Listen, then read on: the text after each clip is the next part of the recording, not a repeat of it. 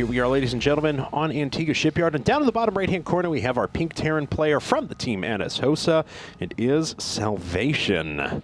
Will it be their salvation, though? He has to come up against this guy in the upper left-hand corner. Our Red Zerg player from Team Liquid, their newest player, it's Snoot.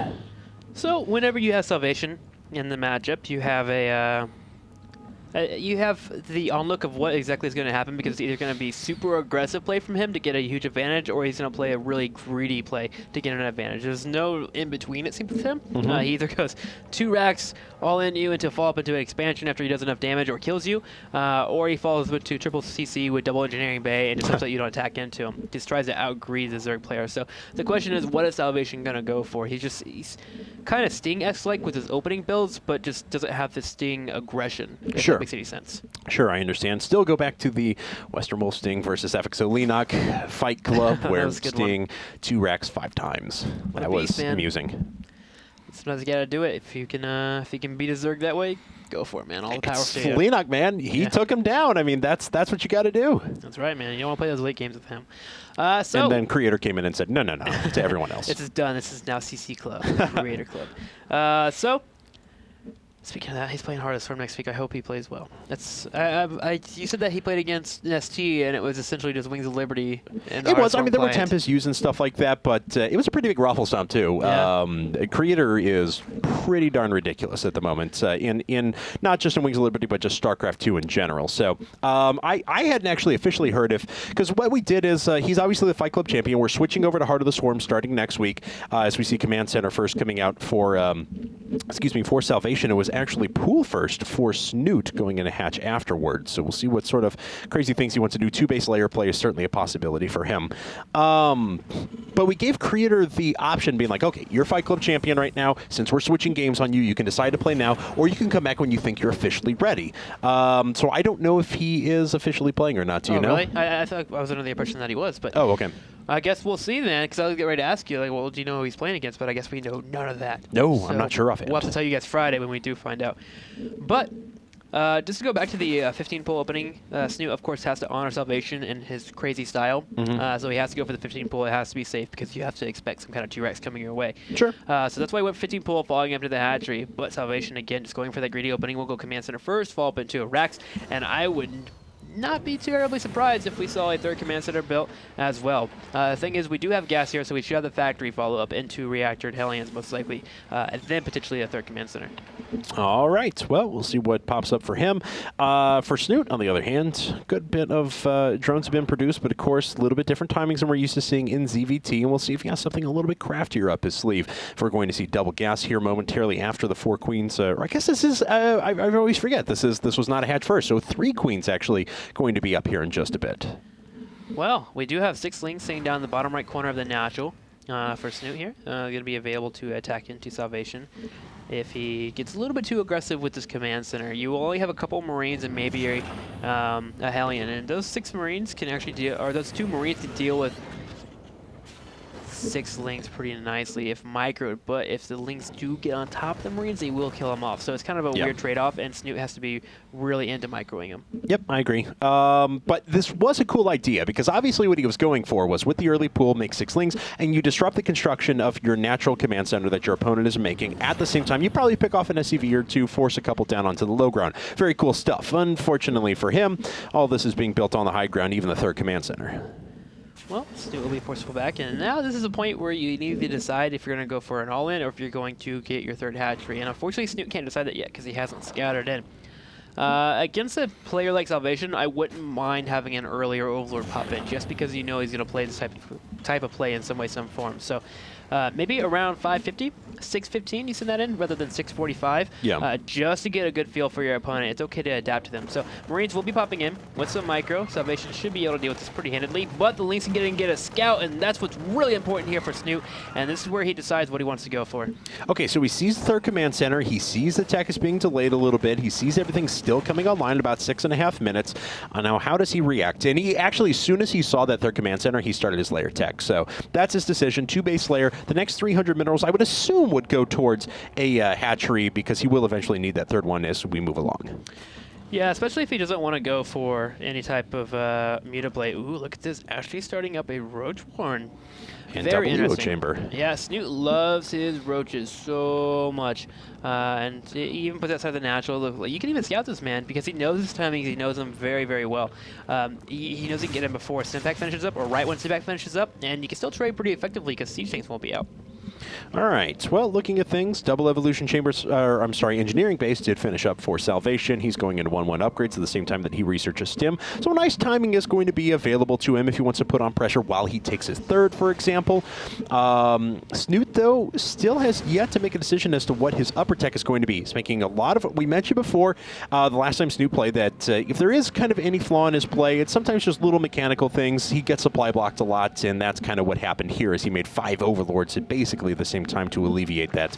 But still, we can see a good number of roaches, decent upgrades, roach speed, everything hitting for him that he would like, just kind of minus that third base. He's grabbed a third and fourth gas, which means he's going to start floating gas pretty soon here. He is popping out roaches, but I really feel like he's going to go for a Nidus network or something. I mean, that's Snoot. That's what he does. He loves being crazy on the side here. He's going to have way too much. As you can see, he's starting to pull up a lot. He's not having enough minerals available here, so I'm kind of assuming that extra gas is going to go towards grabbing a Nidus network. Just kind of the thought process behind that. We'll see momentarily. Is if he's going to do it, he needs to be getting up very, very soon here because he wants to line it with the +1/1 finishing up at the same time. And deciding to go into the third, so he's going to float some gas for a while. Okay, so third is popping up, yeah, but I mean, if we see that infestation pit relatively soon, he'll be able to have a use for that in just a moment. But actually, Zergling speed and 6 more roaches queued up as we say that, followed up by an infestation pit, but that will be quite a bit delayed. Okay, cool. So with the third hatchery, you can certainly afford having the infestation pit. I was like, man, is he going to stay on 2-base play? He is so crazy. But he's going to make it work here. Now, 3 more overlords being queued up at the same time, going to allow him to keep popping out units if possible. And looking down to Salvation, he's going to start getting pretty strong, though, pretty soon. So we need the aggression to come from Stu within the next minute and a half here. Because +1/1 is finishing up, combat shield's getting on the way, and the armor is being queued up, which means he'll get into 2-2 very, very quickly here.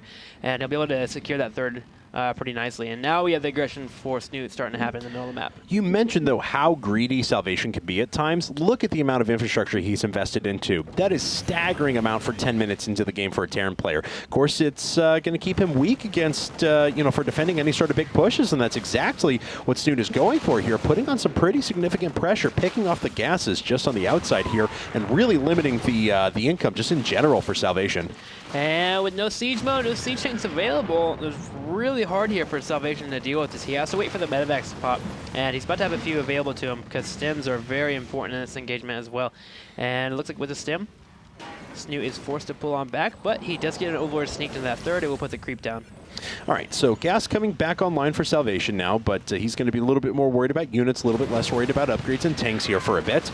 Snoot keeping on this pressure, though, as he secures his own third, and he is going to be able to pick off this bunker. Very cool stuff there. Can't contend against that amount of stim bioforces, though, and has to pull back, at least temporarily. Salvation really chasing this down. Okay, now finally starting to move back, but of course, he's got another minute to wait after he kills this Overlord before he can ever put down that third. And this kind of forces Salvation to come out and try and deal with this Overlord, which allows for Snoot to come in and get some aggression on it. He's forced 2 stims, which is a really big amount of damage, which means these medevacs will be very low on energy overall. So, he's going to catch a half of these forces available, and he's going to go ahead and pick up a few of them, but those Marines and Hellions will die off. Oof, and so many are sacrificed for the greater good, and that's very unfortunate for Salvation as he pulls back to really quite meager forces at this stage of the game. Snoot kind of knew when to put on pressure, and the thing is, too, is that he's not even sacrificing that much to get this done. He is a bit supply blocked. He needs to continue teching while all this is happening because he's running with about 1,300 minerals.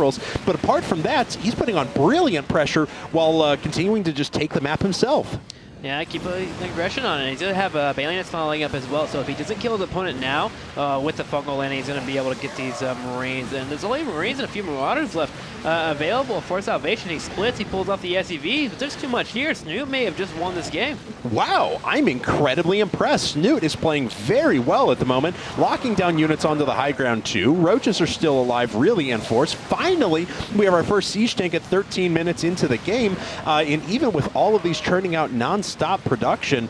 There's just not enough here for Salvation. He just can't do it. Oh, saves the Siege Tank at least. That's some nice micro overall, but when you only have a few units in the field, it's pretty easy to micro them. And it looks like behind this, Snoot to keep up the aggression, just constantly popping out more units as 10 more Lings being keyed up as well, has roaches inside the main. There is a Siege Tank, actually surrounded by units, but looks like from here, Salvation is forced to GG, and Snoot is going to finish out the series with a 5-2 here for Team Liquid. No kidding. Congratulations, Team Liquid. For all you Team Liquid fans who are a little bit distraught this season, thought, oh no, 0-3 in IPTL Premier Division, they're going to be back with another chance next season. Yeah, certainly so. That one is for you guys, the fans. And that's not it for NsHOSeo either. They still got one more match because we're expanding our teams to 10 in Premier Division, 10 in Contender Division next season. We still have a secondary round of up and down matches, so NsHOSeo going to play the loser of another up and down match. The winner of that will then be able to move back into Premier Division. Certainly so. Looking forward to it, man. I know for the next couple of weeks we'll be following through all those up and down matches for you guys, so you can certainly keep watching them here at IPL. Excited for Heart of Swarm as well, man. Yeah. Gonna be getting that done as well. We got so much for the future for you guys. And with that, guys, also make sure you go check out the game that's open for all, Shoot Mania, currently right now, as you can see down here in the bottom left area. Yeah. You can actually download that open beta right now on shootmania.com and participate in our next event. IPL 6, of course, all details about IPL 6 you guys can find at tickets.ign.com. Everything about the tournament is there, including, well, ticket sales themselves. So if you guys also, we have a little bit of a deal going on. If you're going to be staying at the Cosmopolitan anyway, just email your room reservation over to IPLevents@ign.com. We'll actually send you a complimentary GA ticket just for staying at the Cosmopolitan. So that's going to be it for us tonight, guys. We're going to be back tomorrow with more IPTL up and downs Thursday and Friday. We still have yet to completely announce what we're going to be doing for you guys, but I believe it's going to be Heart of the Swarm qualifiers for IPL 6. So hope you guys will enjoy that, and we'll catch you tomorrow.